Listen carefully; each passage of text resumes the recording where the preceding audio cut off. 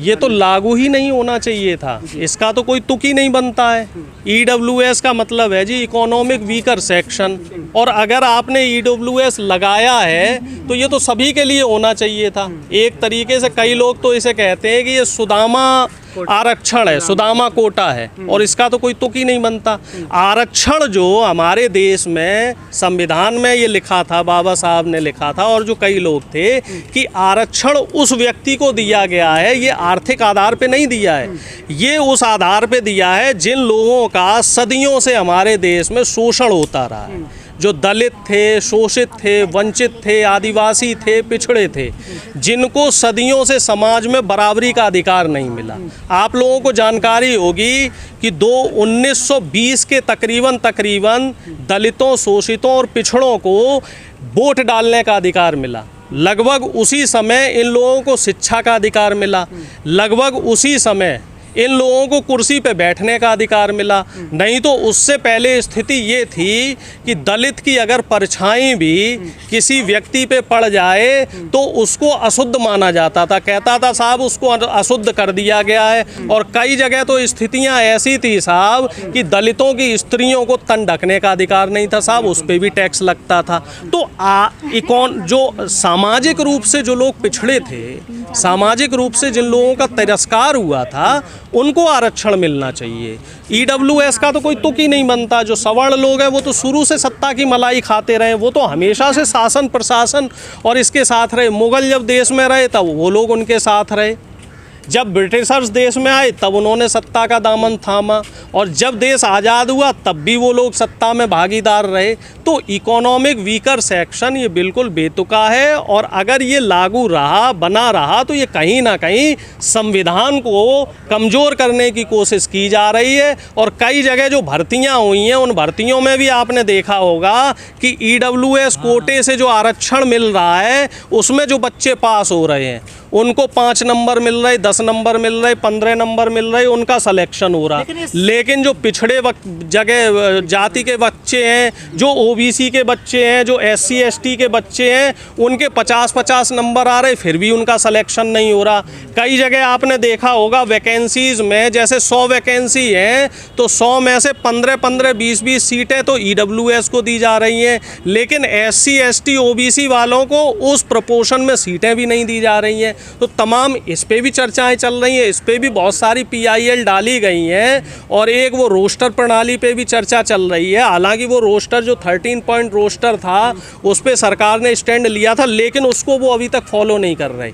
आप जितनी भी सेंट्रल यूनिवर्सिटीज़ देख लो, जितनी भी आप स्टेट यूनिवर्सिटीज़ देख लो, हायर एजुकेशन में सभी जगह एससी एसटी ओबीसी के प्रोफेसरों के पद खाली हैं और उनको भरा नहीं जा रहा है, और उनके जरिए लेटरल एंट्री से या जो सुदामा कोटा है उस सुदामा कोटे से इसमें आरक्षण में चोरी की जा रही है। तो इस पे भी पीआईएल चल रही है, और ख़ास तौर पे आग में जो घी का काम है वो आपका ईडब्ल्यूएस कर रहा है। लेकिन सर सुप्रीम कोर्ट की जो बेंच है जो इस पर सुनवाई कर रही है 5 जजों की, उसमें कोई भी बहुजन समाज का जज नहीं है, तो कितनी उससे उम्मीद की जा सकती है कि वो जो है। देखो साहब, अब इसमें आपका सवाल बहुत बढ़िया है, और जितने भी बहुजन चिंतक हैं, जितने भी बहुजन सोशल एक्टिविस्ट हैं, सब लोग इसको लेके परेशान हैं। तमाम लोग, चाहे रतन लाल साहब हों, दिलीप मंडल साहब हों, ऐसे तमाम लोग हैं, ये लोग चिंता भी व्यक्त कर रहे हैं कि जब न्याय देने वाला ही उस समाज का नहीं है तो इस पे हम कैसे उम्मीद कर सकते हैं कि वो न्याय देगा।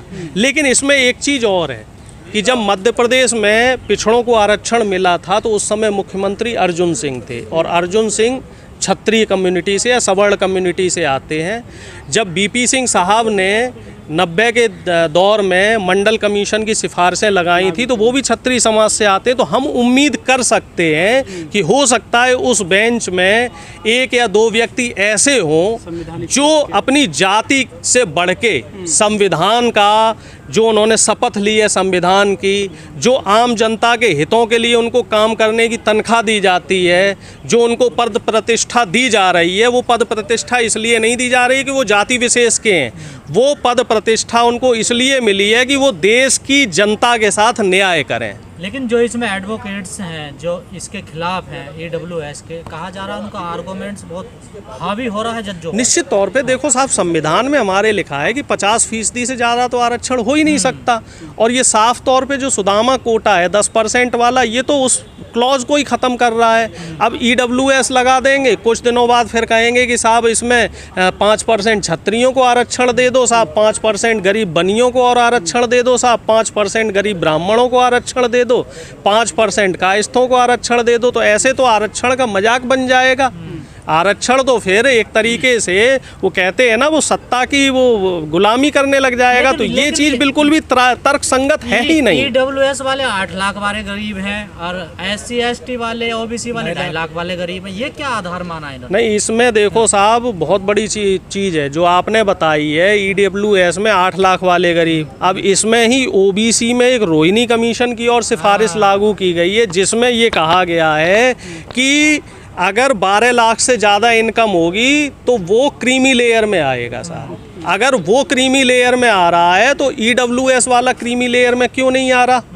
ये दो तरह के नियम क्यों? जब देश का संविधान एक है, ठीक है, जब देश में सबको बराबरी का अधिकार है, जब देश में हमें ये बोला गया है कि सबको वोट डालने का अधिकार है, आज तक तो है ही। अब आज के बाद भाई मोदी जी कुछ कर दें या RSS कुछ कर दे तो कह नहीं सकते, लेकिन आज तक तो सबको बराबरी का अधिकार है।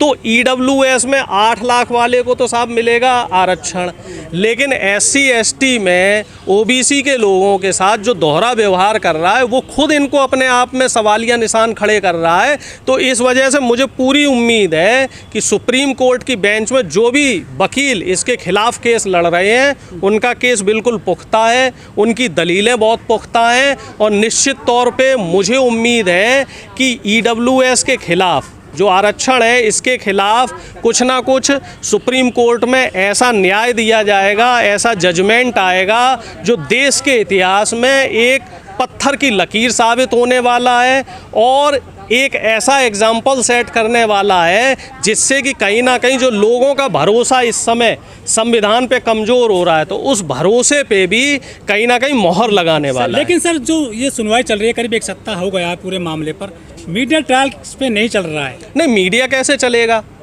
भाई? गोदी मीडिया तो इस समय भारत जोड़ो आंदोलन को भी नहीं दिखा रहा। गोदी मीडिया तो उत्तर प्रदेश में आए दिन हत्या बलात्कार की घटनाएं हो रही उनको भी नहीं दिखा रहा है।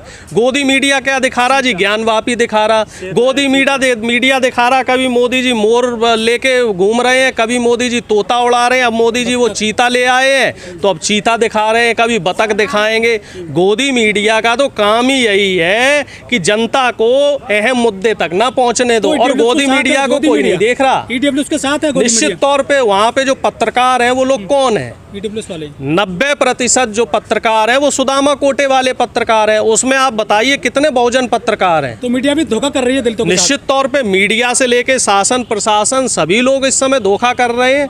जो 90% लोग हैं जो इस सिस्टम में बैठे हुए हैं, जुडिशरी सिस्टम हो, चाहे मीडिया का सिस्टम हो, चाहे ब्यूरोक्रेसी का सिस्टम हो, ये वही लोग हैं जो कहीं ना कहीं अंदर से मनवादी विचारधारा के लोग हैं। तो हमारी तो लड़ाई इन विचारधारा के लोगों से है। हमारा जो संघर्ष है वो ऐसे लोगों से है जो इस देश में संविधान को लागू नहीं होने दे रहे हैं। जब संविधान ने हमें साहब बराबरी का अधिकार दिया है, आप किसी भी अधिकारी के पास पहुंच जाओ, सबसे पहले आपका नाम पूछेगा जी नाम बताओ, फिर आपने नाम बता दिया तो कहेगा जी पूरा नाम बताओ, फिर आप पूरा नाम बता दोगे जी मेरा नाम अरुणेश कुमार है तो कहेगा नहीं नहीं नहीं ये बताओ आप किस जाति से हो। जब जाति आपकी जान लेगा फिर उसके बाद आपसे बात करेगा। तो ऐसी व्यवस्था जहां हमारे देश में जाति देख के आदमी से बात की जाती है, जाति देख के आदमी का छोटा बड़ा काम किया जाता है। आज से 20-30 साल पुरानी बात बता रहा हूँ, अगर बच्चा OBC SC ST समाज का होता था तो उसको 8वीं के बाद 9वीं में साइंस साइड में एडमिशन नहीं दिया जाता था। एडमिशन सिर्फ सवर्णों के बच्चों को दिए जाते थे। कहते थे नहीं साहब ये तो मोटे दिमाग का है SC ST।